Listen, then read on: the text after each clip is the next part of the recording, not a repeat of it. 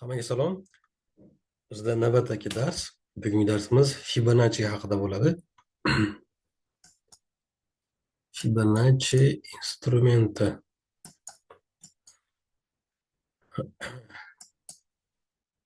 Buni hozir ko'rinishini ko'rsataman. Mana bu instrument Fibonacci deyiladi. Bizda ikki xil tortish usuli bor. Bu instrument trendoviy instrument hisoblanadi, ya'ni trend bilan birga ishlanadi. Va birimiz, mana bu bir nuqtasi bor, o'rgini. Bu har doim boshlanish nuqtasi. Misol bizni trendimiz down trend bo'lsa, ya'ni shortga harakat qilayotgan bo'lsa, demak tepadan pastga tortamiz urinni. Bir tepada bo'lishi kerak. Bizda trendimiz ya'ni longovoy bo'lsa yoki up trend bo'lsa, pastdan tepaga tortamiz. Ya'ni trend bo'ylab har doim tortiladi. Fibonacci instrumenti har doim high bilan low yoki low bilan high birlashadi. Qanaqadir masofa, misol uchun bir kunlik bo'lishi mumkin yoki bir haftalik bo'lishi mumkin. O'shanda har doim o'sha vaqtdagi, ya'ni oraliq vaqtdagi high va lowlarini birlashtiramiz. Bizda tilla instrumenti bu yerda hozir ko'rib chiqamiz. Hozirgi holatda bozorda biz mana shuni o'zidan tortamiz. Biz ko'ryapmizki, bizda o'sha trend shartnoviy harakat boshlandi. Именно mana shu oraliqda, oxirgi 1-2 kun ichida. Bizda endi down trend boshlandi. Misol uchun bu tepadan o'rin tortdik, trend liniyasi va shundan biz kelib chiqamiz. Highni belgilaymiz. Mana soyasini ham olamiz. Agar soya bo'lmasa, faqat nima deydi, tanani o'zi bo'lsa, tanadan tortamiz.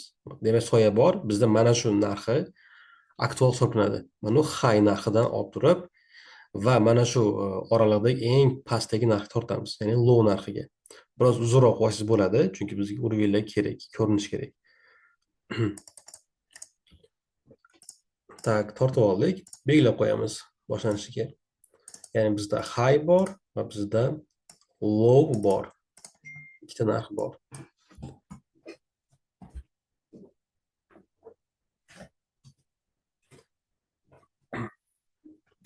Tak. Qanday ishlaymiz? Buni bir necha turi bor ishlashda. Stop bilan ishlash usuli bor va stopsiz ishlash usuli bor. Hozir biz stopsiz variantini ko'rib chiqamiz birinchi bo'lib. Bizda ko'rayotganingizdek urvellar bor. 0,236, 0,38, 0,5, 0,61, 0,78. Fibonacci instrumentini o'zingiz YouTube'dan yoki Google'dan qarab ko'ring, ChatGPT'dan so'rang, tarixini biling. Bu juda ham qiziqarli formula desam bo'ladi yoki model. Odatda ishlab beradi. Agar to'g'ri tortsangiz, vaqtida kirsangiz bozorga juda ham yaxshi instrument. Lekin faqat buni o'zi bilan cheklanib qolmaydi. Buni kelasi darslarda buni simbioz qilib boshqa usullar bilan o'tamiz. Hozircha shuni o'zini ko'rib chiqamiz. Demak, bizda birinchi uровень bor, 236, 0,236. Buni o'tkazib yuboramiz. Biz qanday ishlaymiz? Bizda trendimiz down trend boshlandi. Biz shu trendga qo'shilib olishimiz kerak. Bunga Fibonacci yordam beradi. Narximiz keldi birinchi uровеньga. Bunda biz hech qachon ishlamaymiz. Ya'ni biz hozir sellga ishlaymiz. Sellga точка входа qidiramiz. Bunga keldi narx ishlamaymiz, lekin xo'p, 38 bor. Birinchi bizni kutib oladigan narximiz. Ya'ni mana shu narxdan kirishimiz mumkin. Va işte bir nyuans bor. Odatda Fibonacci'da 0,5, 0,61 dan ko'p qaytadi. 0,8 dan ham qaytishi mumkin. Lekin bu уровень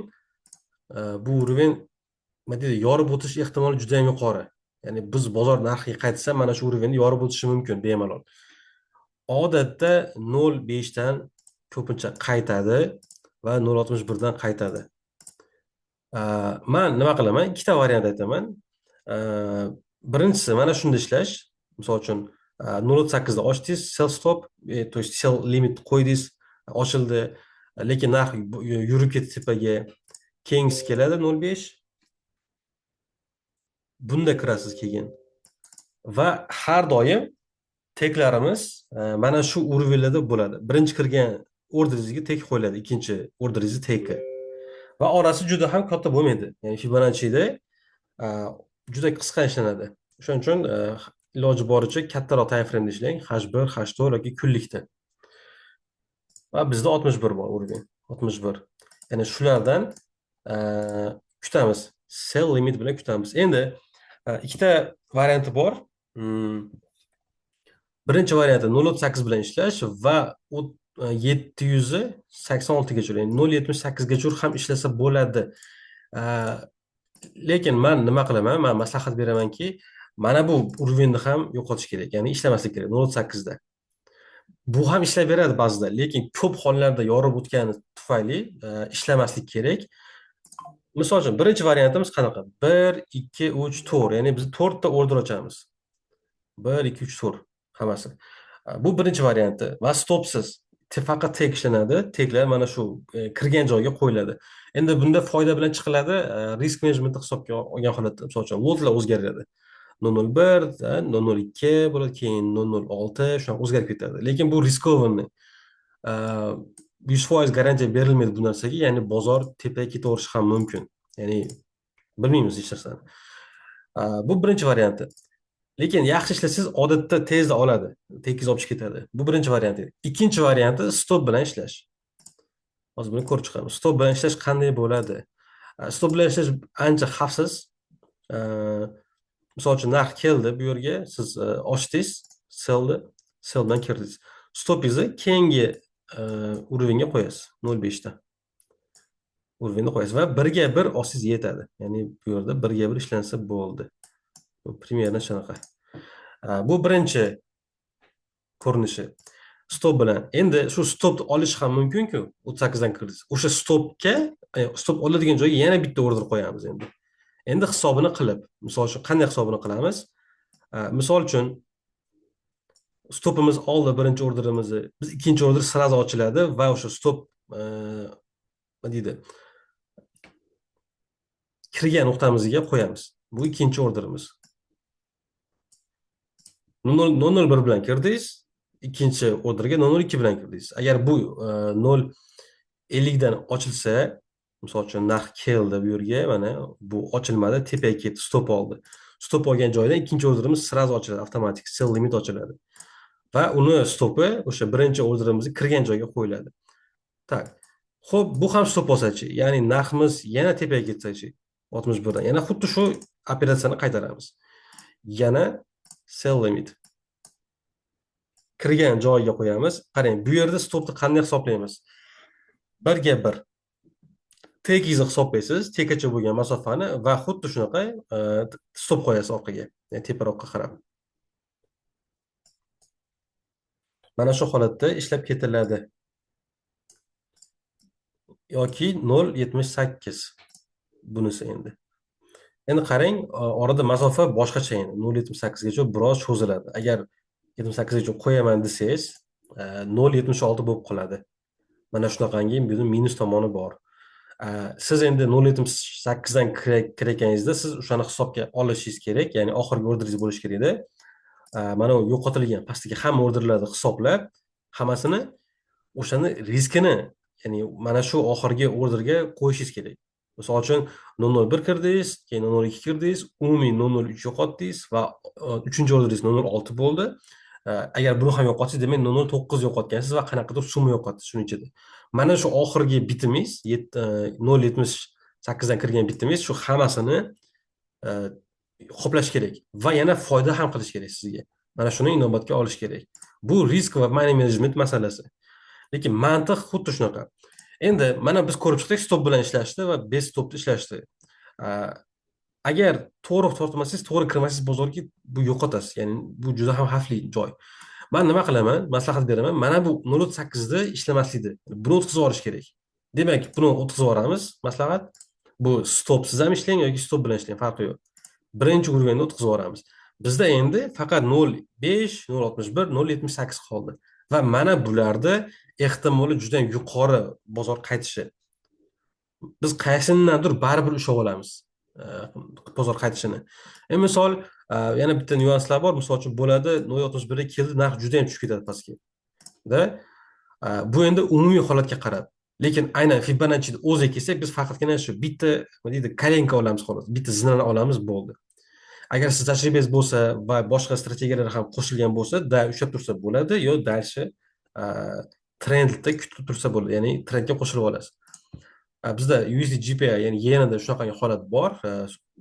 Yana uzoq tashlaydi. Hozir ko'rib chiqamiz uni ham. Tak.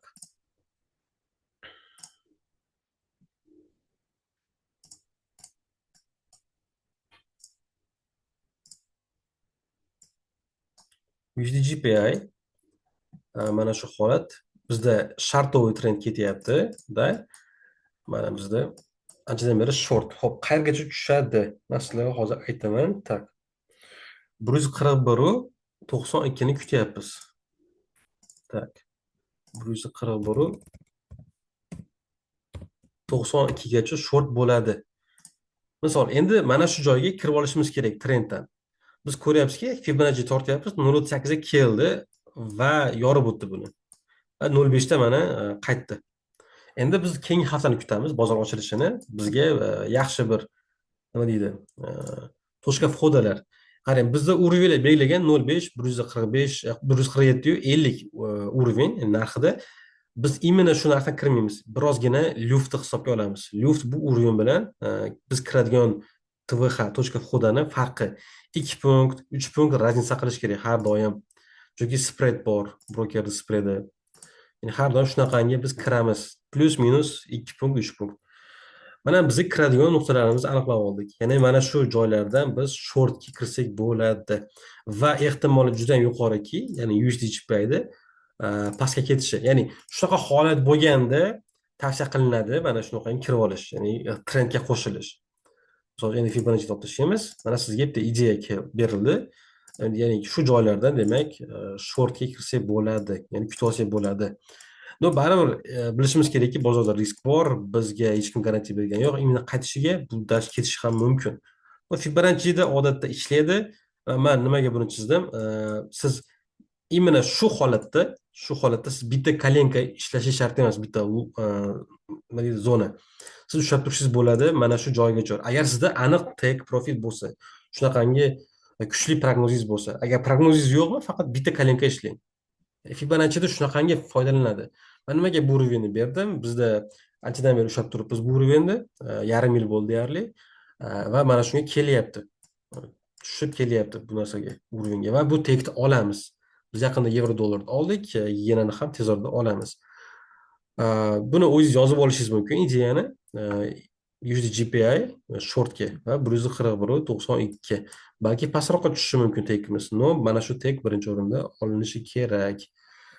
Tak, yana ko'rib chiqamiz endi. Boshqa parada. Endi langoviy instrument, ya'ni langoviy joyini qaraymiz. Bizda tak, H4. Okay. Xo'p, bizda endi long. Mana bu ham bozor hozir yaxshi holatda. Qaraymiz. Mana shu vaqtni qarang, ekranga qaraymiz, grafikka. Mana shu vaqtda eng low narxi qaysi? Misol uchun aktual low narxi. Biz uni pastdan olishimiz shart emas. Mana shu joy ham yetadi. Mana bu joy yaxshi bizga. Mana tortib olsak bo'ladi. Long narxlari pastdan tepaga tortdim. Bir mana pastda. Bu long trend bo'lgani uchun biz longga ideya qidiryapmiz. Xo'p, 0.5 joydan kirilgan. Bu aslida o'zi 0.8 ham ishlab bergan mana. Ko'rsangiz bo'ladi. Ya'ni sizda high bor mana, high bor. High'da oldingiz, narx pastga qarab tushdi, buni yorib o'tdi 236 ni va 0.8 ga keldi va 0.8 ham oldi tekini. Endi mana shu holat ko'rishimiz kerak mana. Misol uchun mana shu 0.8 tekin olgan. Bu holatda nima qilamiz? Agar Fibonacci instrumentini tortib va ko'rsangizki, bu ishlab bergan bo'lsa, bo'ldi. Bu endi atmen bu instrumentimiz va bu vaqtga. Biroz yana kutamiz endi holat o'zgarishini. Misol uchun bo'lishi mumkin, bozor yana tepaga ketishi mumkin. Bunaqangi holat bo'lishi mumkin-da. Endi biz mana shu holatdan tortamiz endi. Mana bu joydan bu yoqqa tortishimiz mumkin. Yoki mana bu joyga tortishimiz mumkin. Endi kutib olishimiz mumkin 0.8 dan yoki 0.05, 0.61 dan kutib olsak bo'ladi. Lekin mana bu holatimizda уже bizda Fibonacci ishlab bergan 0.8 dan. Yana boshqa ko'rib chiqamiz. Tak. har doim trend bilan birga ishlanadi. Mana bu joyi ham juda chiroyli bo'lgan. Bizda trendimiz down trend ketyapti. Bizda high bor va low bor. Lowga shuni tortamiz. Tak, mana bu high'imiz, mana bu low'imiz. Tak. Kelgan narx. Tak, 38 dan ochilgan, lekin pastga tekimiz olmagan, keyingisi ochilgan mana. 0.50. 0.50 dan kelib ochilgan. Va bu tek olyapti mana. Narximiz ochilib, pastga kelyapti, tek oldi. Albatta juda chiroyli ishlab bergan Fibonacci. Bu holat juda ham chiroyli, zo'r. Tak, yana qaraymiz. Tak, mana bu joy. Imana mana shu holatda bu yerdan olsangiz bo'ladi. Aktual low narxi. Aktual low narxini olasiz mana. Bizda high bor, low bor. Demak, eslatib o'taman. Uptrend bo'lsa, trendimiz tepaga qarab ketsa, long bo'lsa, demak pastdan tepaga tortamiz. Pastdagi narx mana 1. Ya'ni bu har doim начальный точка hisoblanadi. Agar downtrend bo'lsa, mana shu tepada bo'ladi endi. Biz lowni highga tortdik. Bizda narx bor. Va mana ko'ryapmiz, 0.38 kirgan, lekin tushib ketgan. 0.50 ochilgan, bu ham tushib ketgan va 0.61 ochilgan mana. Ochilgan va bu tek olgan. Mana bu yerda ham ishlab beryapti. O'zi Fibonacci'da yaxshi ishlata olsangiz, hech qachon olmaysiz stopni. Ya'ni har doim profit qilasiz. Faqatgina Fibonacci'da o'zidan ham даже. Agar buni kombinatsiya qilsangiz, man o'tib bergan darslar bor undan oldinda, 1-chi, 2-chi, 3-chi, 4-chi darslar, energiyani qo'llasangiz yoki o'sha откатdan proboyni qo'llasangiz, yana uni ikkinchi tomoni market structure deyiladi. Ana o'sha narsalarni qo'llasangiz va Fibonacci qo'shsangiz, bu вообще ideal bo'ladi. Ya'ni bozorda bemalol maza qilib ishlaysiz. Va bu ham oxirgi darsimiz emas, yana darslar bo'ladi qo'shimcha. Bu hozircha Fibonacci'da o'ziga, ya'ni ishlatish usuli. Endi buni men shuni ishlataman Fibonacci'da, balki boshqacha usullari ham bor. Bir necha usuli bor Fibonacci'da ishlatish usuli. Lekin men qanday ishlataman, xuddi shunaqa, o'rgatayotganini ishlataman. Boshqa ishlatish usullarini men bilmayman. Menda shu o'xshaydi, menga shu plop keladi, menga shu yetadi. Buni test qilib ko'ring, bozorda nima qilib, back test qilib, qanday ishlashini. Tak, mana bu yerda ham chiroyli joy bo'lgan bizda. Xo'p, bizda high. Nimaga bu highdan tortmayapman? Nimaga bundan? Aktuali shu. Ya'ni aktualni olamiz. Olib ko'rishingiz ham mumkin. Ya'ni misol uchun biz belgilab olaylik, hozircha tak. Bizda high bor, bizda low bor. Xo'p, mana bundan tortsak nima bo'ladi? Xo'p, biz ko'ryapmizki, agar mana uni o'zini ikkisini olsak, tak, bizda 0.61 dan ishlab bergan mana. Zo'r bizda ishlagan. Hop, bunga suramiz endi. Bundan olsak nima bo'lardi? Nima o'zgarardi? Xuddi o'shalar qoladi mana. Ya'ni o'sha narxdan qaytgan baribir. Katta o'zgarish yo'q. O'shaning uchun plus minus yaqin orasi eng yaqinni olib beramiz mana. Mana shu отрезокdagi. Bu sal kirishimiz pastroqda bo'ladi endi. Katta o'zgarish yo'q demoqchiman. Bu juda chiroyli ishlab bergan mana. Tak, keyingisi. Xo'p, mana buni ko'ramiz endi. Xo'p. Bundan ham olsak bo'ladi.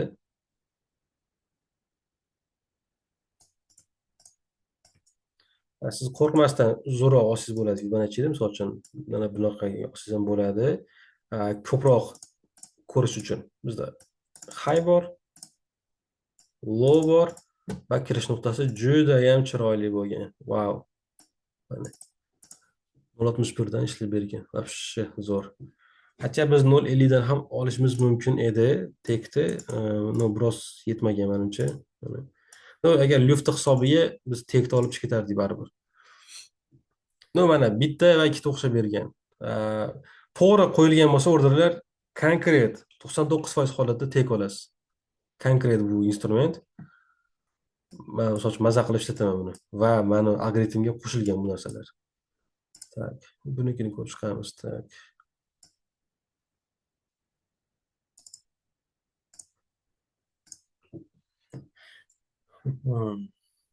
Misol, bunaqangi narsa bo'lishi mumkin-da. Ya'ni siz bozor hali ko'rmaysiz-ku real vaqtda. Misol uchun mana bunaqangi holat bo'ldi, lekin tushib ketdi. Ha, biz yana tushiramiz keyingi loga. Lekin yana tushib ketdi bozor. Ya'ni pastga qarab ketyapti bozor. Tushiramiz. Mana shunaqa qilib instrumentni ushlab turamiz. Qachonki bizga aktual low topgungacha. Aktual low mana shu.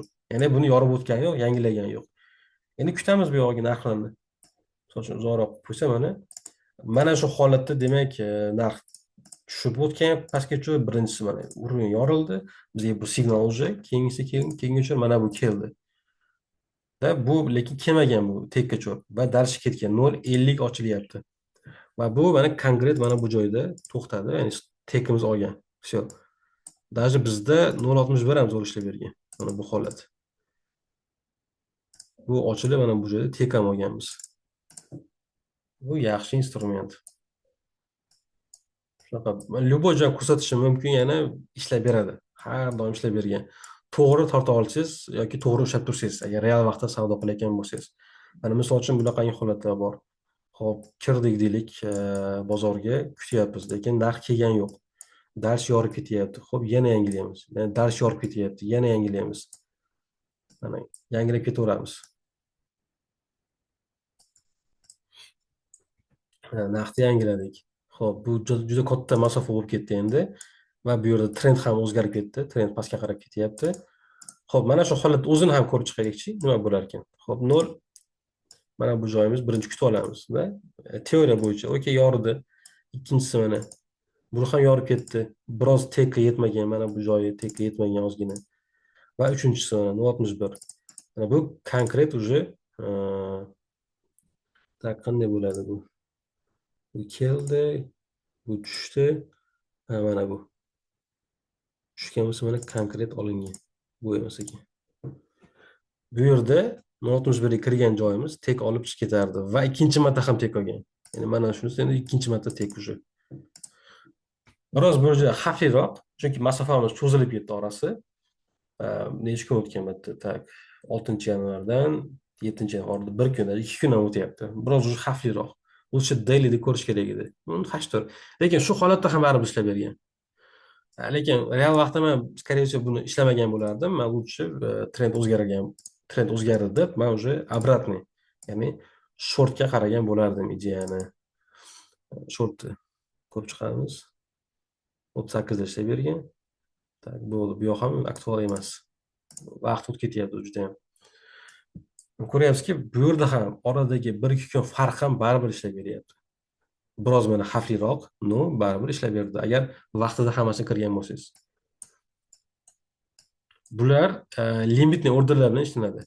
Ya'ni Fibonacci ishlayotganingizda limitli orderlar oldindan hammasi tayyorlab qo'yiladi. Ya'ni siz real vaqtda ishlamaysiz bozorda. Marketdan kirmaysiz. Mana misol uchun siz mana bu joyda aktual high bo'ldi, narx orqaga qarab ketyapti, xo'p. Siz уже bu yerdan kutib olasiz. Misol uchun sizda tayyor turish kerak buy limitlar. Buy limit tayyor bo'lganda ham bitta bunga emas. Misol uchun shunaqangi harakat bo'ladiki, narx juda ham tez keladida, buni ochadi va siz ulgurmaysiz даже ikkinchi orderga nima deydi, qo'yib qo'ygan. Shuning uchun bittada 2-3 ta order qo'yiladi. Именно mana shu holatda siz 0,8 ga, 0,5 ga, 0,61 ga hammasini stoplari bilan tayyor qilib qo'yishingiz kerak. Keladi bozor, agar yangi chiqib qolsa yoki qanaqadir holat bo'lib qolsa, reski keladi mana bu joygacha. Orqaga qaytib ketishi mumkin. Shu joyda sizda birinchi va ikkinchi orderingiz sразу stop oladi, uchinchi orderingiz ham ochiladi avtomatik ravishda. To'rtinchisini ham sizda zapas olib qo'yishingiz mumkin, ya'ni bu joyda va siz tek olasiz. Ya'ni vaqtida kirgan bo'lasiz. Bozorda просто kuzatib o'tirsangiz, ruchnoy kiraman deb siz ulgurmaysiz. Ya'ni bunda har doim limitni orderlar bilan ishlaymiz Fibonacci'da.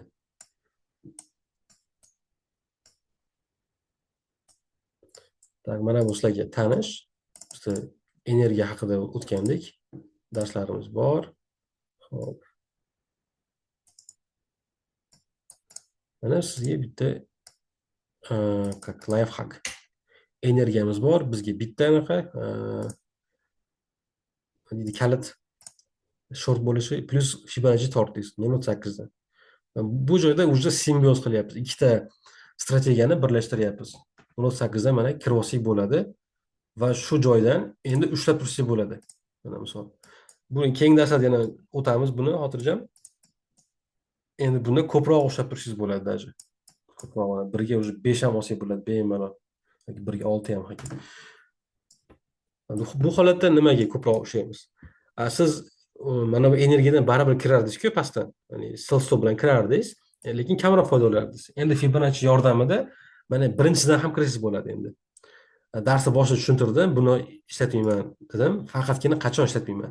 Fibonacci'ni o'zi bilan qarasam ishlatmayman. Agar simbioz qilsak, bir necha strategiyalarni bunga qo'shsak, bunda kirsa bo'ladi. Endi siz kirgan joyingiz mana bu joy bo'ladi. Agar Fibonacci'ni ishlatgan bo'lsangiz mana. Mana bu joydan kirgan yaxshi-ku. Chem bu pastdan kirgandan ko'ra. Sell stop bilan, to'g'rimi? Stopingiz mana bu joyda bo'ladi. Siz faqatgina shu bitta impulsni olasiz. 1 ga 2 ishlaysiz zo'rg'a. Siz mana bunday ishlasangiz Fibonacci bilan 1 ga 4, 1 ga 5 olsa bo'ladi bemalol. Mana bu endi strategiyalarni birlashtirish deyiladi. Bu keyingi darslarda tushuntiraman yana. Hozir bitta misol ko'rsatdim. Fibonacci bilan mana shu energiyani birga qo'shib ishlatishdi. Xo'p, Fibonacci shu. Yana dars chiqadi Fibonacciga. Asosiy tushunchalar bugun berib o'tdim. O'zingiz ham izlaning. ChatGPTdan so'rang, tarixini man birinchi marta o'rganganda bunda juda ham zo'r instrument, ya'ni wow effekt deyiladi. Sizda ham shu narsa bo'lishi mumkin. Buni tarixi juda ham qiziqarli. Shuning uchun tarixni o'rganib chiqing birinchi o'rinda. Bu kim bu odam? Nimalar ishlar qilganda bu olim inson bo'lgan. Va bu hayotdagi o'rni Fibonacci raqamlarini hayotdagi o'rni nimada, qayerlarda uchratsak bo'ladi. Bu bizni o'rab turgan tabiat. Mana shuni o'rganishni boshlaysiz va sizga juda ham qiziqarli tuyuladi. Ya'ni boshidan qiziqarli bo'lishdi. Va tushunasizki, nimaga harakat qilyapti bozor, umuman fizika bozordagi tabiat harakati. Agar Fibonacci instrumenti o'sha sonlari buzilsa, ya'ni harakatlar buzib yuborsa, demak bu tabiat ham buzildi degani. Suvlar kamayib ketadi dengizlarda yoki naborot toshib ketadi. Odamlar ko'rinishi xunuk bo'ladi, tabiatimiz ham xunuk bo'lib ketishi mumkin. Ya'ni bu juda ham bilmadim, o'rganib chiqing xullas tarixini. Qiziqarli tarix Fibonacci instrumenti sonlari. Bugun darsimiz tugadi. Keyingi darslarda ko'rishguncha hammaga rahmat.